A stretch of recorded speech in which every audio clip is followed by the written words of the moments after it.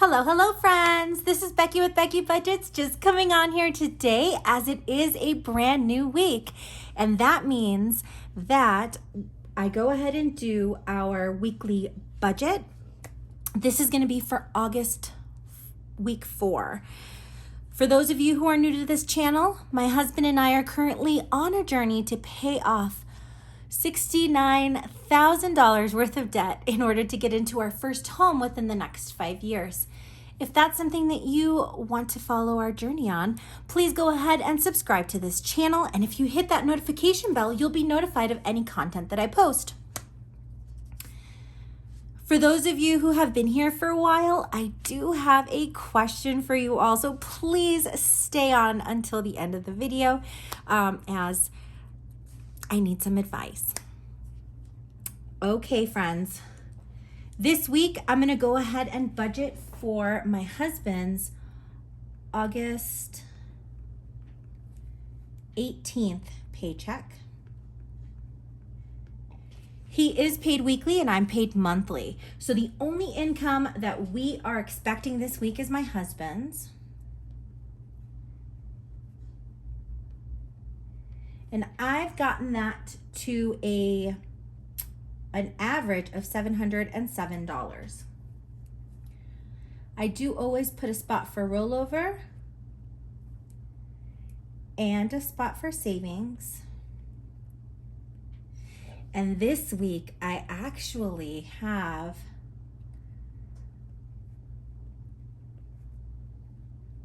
miscellaneous. But I'm not going to incorporate it into the budget as I have a big question about that. So we're going to go ahead and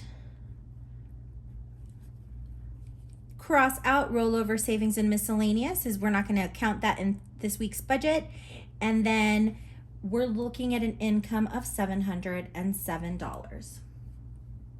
Now the bills that are due this week are going to include all of the bills for the following week as well.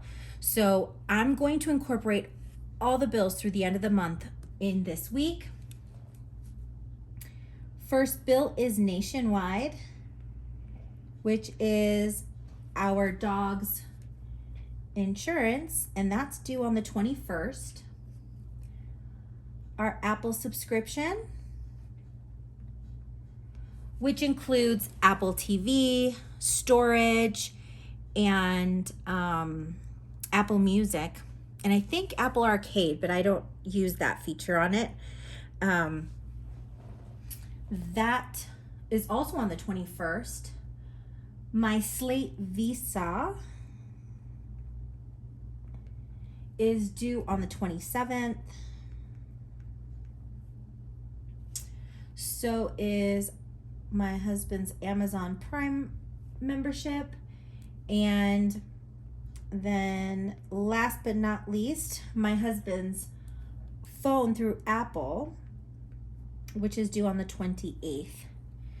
Now for Nationwide, remember that actually went up.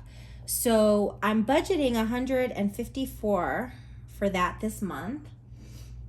Our Apple subscription is about $21. The Slate minimum is projected to be $88.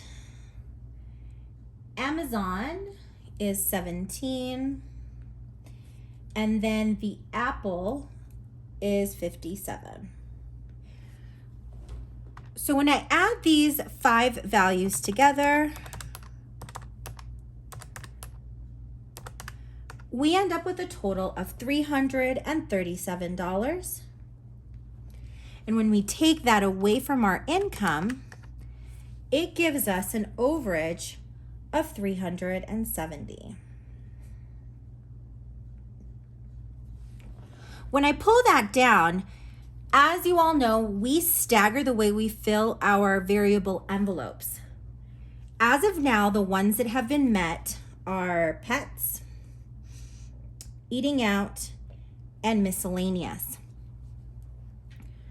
Since food and gas are our priorities, I'm going to go ahead and put the last 100 that we need to put into food. And then I'm going to budget to put 100 of the 150 that we still owe gas. This week I'm going to hold off on me and the hubby, which gives us an envelope total of $200. And when I take that away from our leftover, it leaves us with $170. Pulling that over, we are going to go ahead and fill our sinking funds, which all add up to $100. So medical gets its weekly $25, vet, household, car maintenance, and gifts get $15 a piece. Vacation will get its $5. Renter's insurance and car registration both get $3 a week. And then last but not least, the $4 to our emergency fund, which equals $100. When I take the 100 away from our leftover, we are left with $70. And I'm going to go ahead and pull that down. Our current snowball is my Barclay, so I'm going to go ahead and put that right here. That is currently holding our Dell principal. And since we already paid the transfer fee, everything we put into this goes straight to paying off that debt. As always, I like to do these two sections out of order. So we're going to go ahead and account for my husband's 52-week challenge.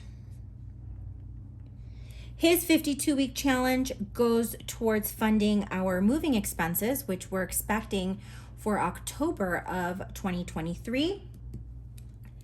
I'm going to go ahead and put a spot for my 20-pound challenge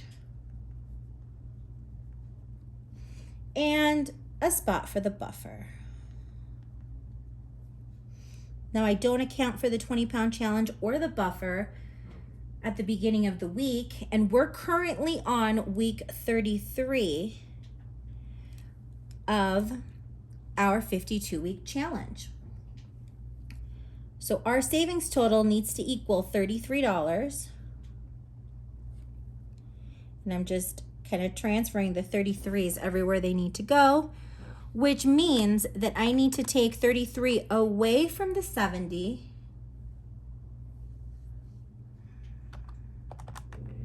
And that's going to give us a total of $37. And we're going to plan on putting those $37 towards our snowball debt.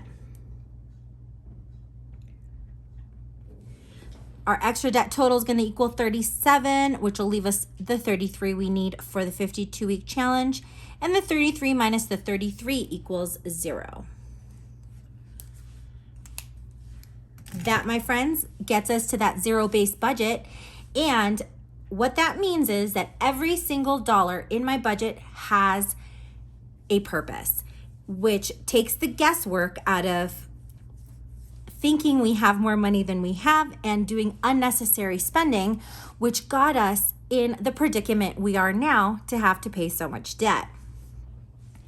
As always, let's go ahead and check my math. So an income of $707 minus a bill total of $337 minus the $200 that are going into our variable envelopes minus the $100 that goes into our sinking funds, the $37 going to our snowball, and last but not least, the 52-week challenge that's going towards our moving. And that, my friends, gets us to a perfect zero-based budget. I always feel better once I get this budget underway. It will take effect on Thursday, which is my husband's payday. So keep an eye out for those actual numbers on Thursday. I'll be back on Wednesday with our spending update.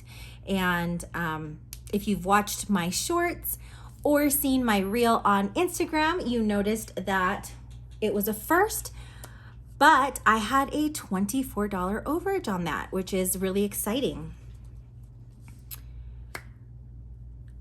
Now for the question I have for all of you.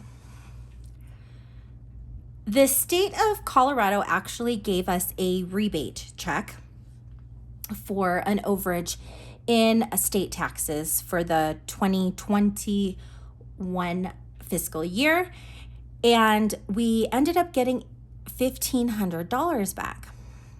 Now, our initial plan was to go ahead and put all of the $1,500 into savings to pay off debt. Sorry, it was to pay off debt. As things have been moving forward with our IVF journey, they are suggesting that we do chromosomal testing on our embryos, which will take place around the 3rd week of September. And that's due to the fact that I'm of advanced maternal age, and it is going to be $2,000, and it's not covered by the insurance. Now, my question is, would you save these $1,500 and continue saving extra money into our medical fund so that we don't end up going into debt because of these $2,000? Or would you go ahead and pay off the debt, which would, in this case, would go straight into the Barclay card, and finance the $2,000 testing? I'm curious to know what you would do. So please go ahead and leave that in the comment section. As always, thank you so very much for taking the time out of your day to watch my content. I appreciate and love each and every one of you. I hope you're all having a wonderful Sunday and that you have a wonderful week ahead. Take care, my friends. I'll see you soon. Bye.